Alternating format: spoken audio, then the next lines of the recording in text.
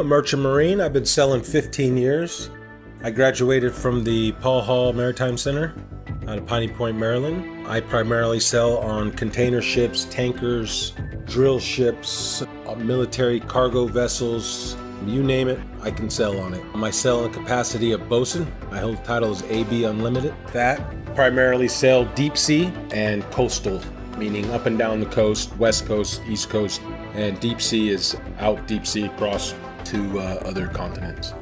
What led me to the flat earth was actually my sister.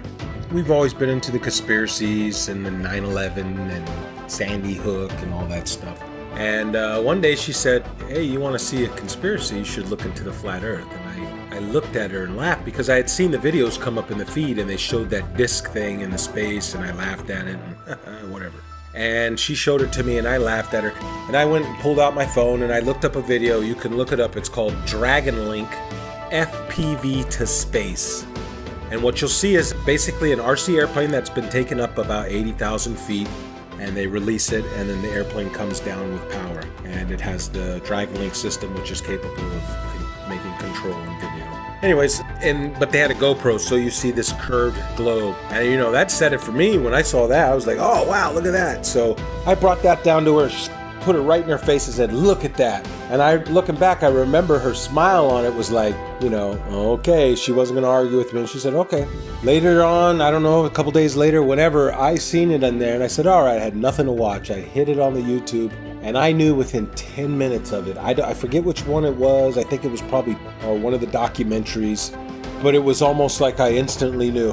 And then what happened was a lot of the proofs that I had were before I was a flat earther, such as seeing contacts at 30 miles out with the naked eye on the horizon, which is impossible on the globe model. So much so, it was me, the third officer, and the lookout. We were standing our watch, and I believe we were in the Mediterranean Sea.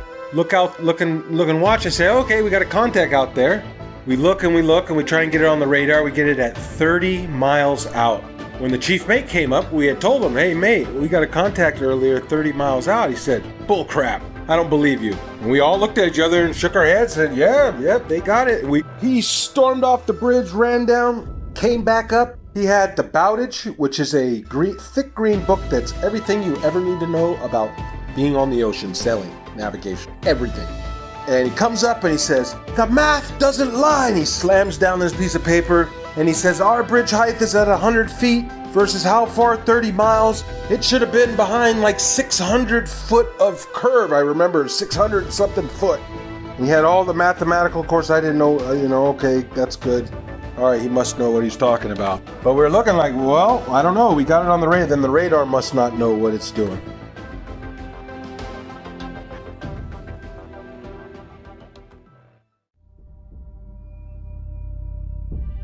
Also, radar. Radar works in straight lines. The radar is incapable of curving around a curve, picking up and bouncing back the reflection of what it's picking up. So if you can imagine a ship on the other side of the curve, we'll say 30 miles, 40 miles out, it sends out the radar beam.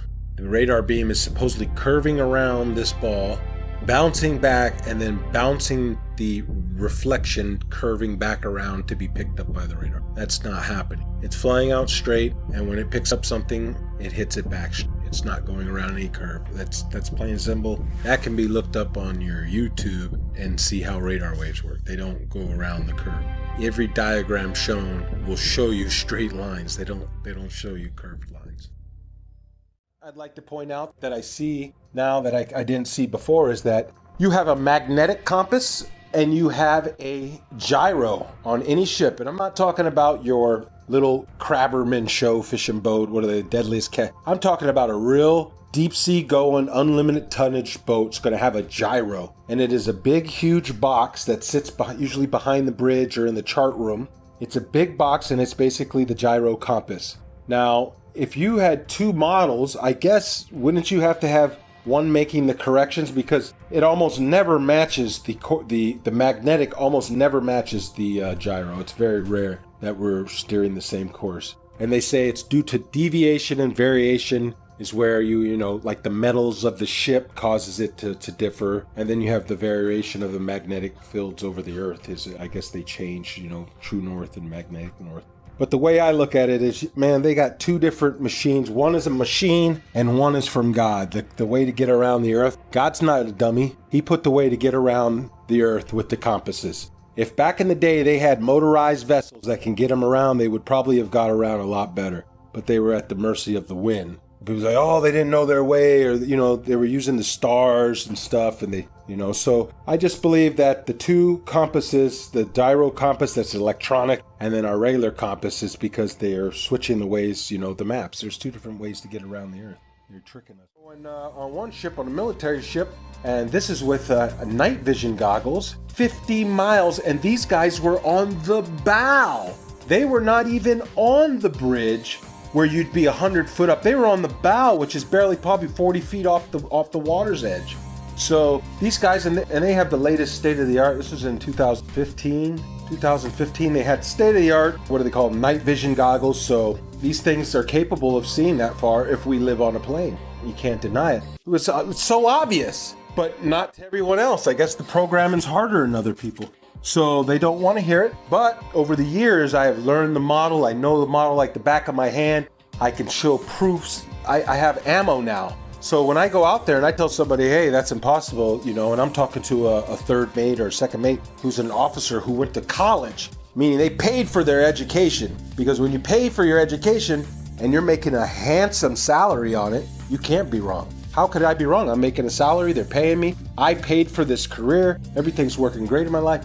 You are obviously wrong. All the math works.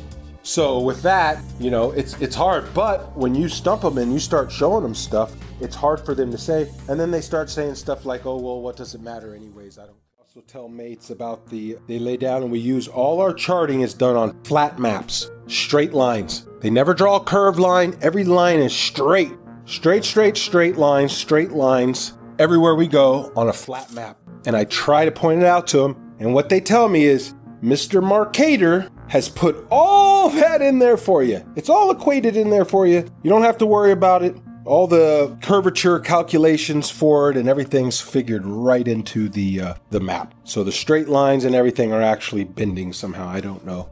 So these are just the proofs that I see. Along with, you can see the corpuscular rays are much betterly observed out at sea because you can, it's nothing, it's like a desert. And so you can see the sun like a flashlight just shining down in a cone everywhere. If there's a little bit of a clouds are right, it looks like a cone. And I point it out all the time to these guys. And I get them thinking, but you know, the programming goes hard on people. And if you're not ready to wake up, well, you're not ready to wake up. You'll just have one foot in, one foot out. You'll be back in the illusion before you know it.